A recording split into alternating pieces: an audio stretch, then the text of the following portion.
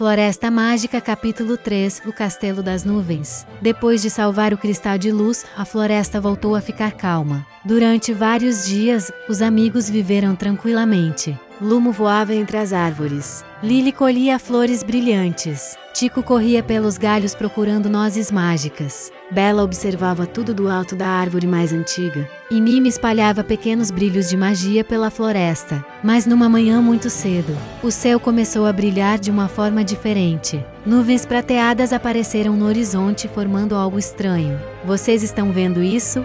perguntou Tico, apontando para o céu. Lumo abriu as asas e voou um pouco mais alto. Seus olhos ficaram enormes. "Parece um castelo nas nuvens." Todos olharam para cima, e lá estava.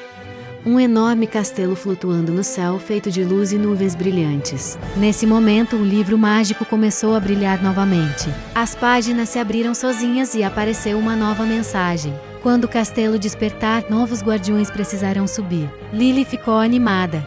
"Acho que isso significa outra aventura." Mimi voou em círculos. "Mas como vamos chegar até lá?" De repente, o chão da floresta começou a brilhar. Uma escada de luz apareceu entre as árvores subindo até o céu, degrau por degrau.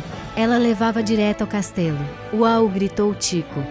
"Isso é incrível." Os amigos começaram a subir a escada mágica. Quanto mais alto iam, mais a floresta ficava pequena lá embaixo. Quando finalmente chegaram ao topo, as portas gigantes do castelo se abriram lentamente. Dentro do castelo havia um grande salão cheio de estrelas flutuantes. No centro do salão havia algo inesperado. Um pequeno dragão azul dormindo sobre uma nuvem. Ele abriu os olhos devagar. "Quem são vocês?" Lumo se aproximou com cuidado. "Somos os guardiões da Floresta Mágica." O pequeno dragão sorriu. "Então vocês vieram me acordar." Bella inclinou a cabeça curiosa. "Acordar?" O dragão respondeu. "Meu nome é Auron. Eu sou o guardião do céu da Floresta Mágica." De repente, uma estrela caiu dentro do salão. Mimi ficou surpresa. Outra estrela caída. Auron olhou para o céu preocupado. "Algo está mexendo com o equilíbrio do céu e da floresta." Lumo abriu as asas. "Então vamos ajudar." Auron sorriu. "Parece que teremos uma nova grande aventura." E assim começou mais uma jornada dos guardiões, dessa vez acima das nuvens. E no livro mágico apareceu uma nova página.